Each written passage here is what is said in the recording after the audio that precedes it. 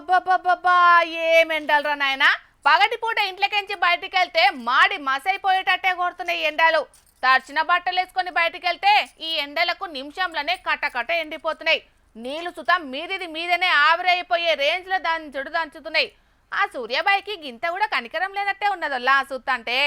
ఇక ఈ ఎండల పవర్ ఎట్లున్నదో చూడుండ్రాని గీ లొగలు ఏం చేసిండ్రో చూడుండ్రోలా. అరరే, ఓ కట్టెల పొయ్యి లేదు, ఓ గ్యాస్ పొయ్యి లేదు. అనామతగా జనాలు తిరిగే రోడ్డు మీదనే పెనం పెట్టి దాని మీద కోడిగుడ్డు వలగొట్టేస్తే మంచి వేడి వేడి ఆమ్లెట్ తయారైంది కదా.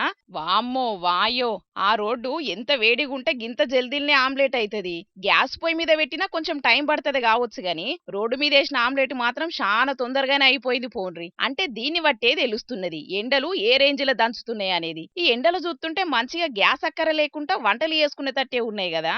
అసలుకే గ్యాస్ కూడా దొరుకుతలేదు శానా జాగల్లా. మేడ్చల్ మల్కాజిగిరి జిల్లా కుత్బుల్లాపూర్ నియోజకవర్గం సూరారం సాయిబాబా నగర్ కాలనీలుండే కోలా రవీందర్ అనే పర్యావరణ ప్రేమికుడు చేసిండి ఈ ప్రయోగం. ఎండల తీవ్రత ఏ తీరుగున్నదనేది ప్రజలకు ప్రత్యక్షంగా తెలవాలని ఇట్లా చేసి చూపించిండట. ప్రస్తుతం ఉష్ణోగ్రతలు అసాధారణ స్థితికి పోయినాయి కాబట్టి ప్రజలు నిర్లక్ష్యం చేస్తే వడదెబ్బ తలుగుడో డీహైడ్రేషన్ అవడో జరిగే అవకాశం ఉంటదని అంటున్నాడు. మరీ ముఖ్యంగా పగటిపూట మాత్రం అత్యవసరమైతే తప్ప బయటికి రావద్దు. అట్లా బయటికి వచ్చినోళ్ళు తప్పకుండా నెత్తికి రుమాలు చుట్టుకోవాలి, టోపీలు పెట్టుకోవాలి. అట్లనే గొడుగులు కూడా పట్టుకోవాలి. పేల నీళ్ల శాతం తగ్గకుండా తేపకు నీళ్లు తాగాలని అంటున్నారు డాక్టర్లు. ఇక చిన్నపిల్లలు ముసలోళ్ళు మాత్రం ఇంకా జాగ్రత్తగా ఉండాలి అంటున్నారు. మరి ఇక జనాలు ఒక శినుకు పడేదాకా పరిస్థితి ఇట్లనే ఉంటది కాబట్టి జర పైలంగా ఉండుండ్రి మరి, సరేనా?